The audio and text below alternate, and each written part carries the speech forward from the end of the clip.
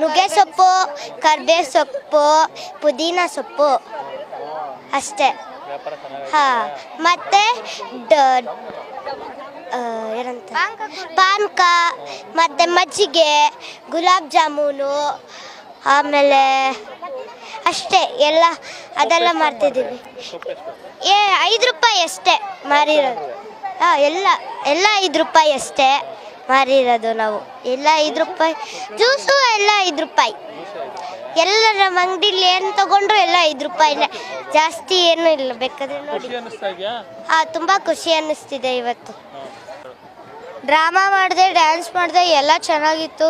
ರಂಗಾಯಣದಲ್ಲಿ next year ಸೇರ್ಕೊಳ್ಬೇಕಂತ ಅನ್ಸ್ಕೊತಿದ್ದೀನಿ.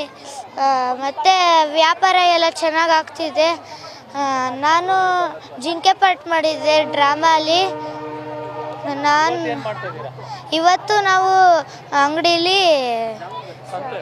ಕರ್ಬೇವಿನ ಸೊಪ್ಪು sale ಮಾಡ್ತಿದ್ದೀವಿ.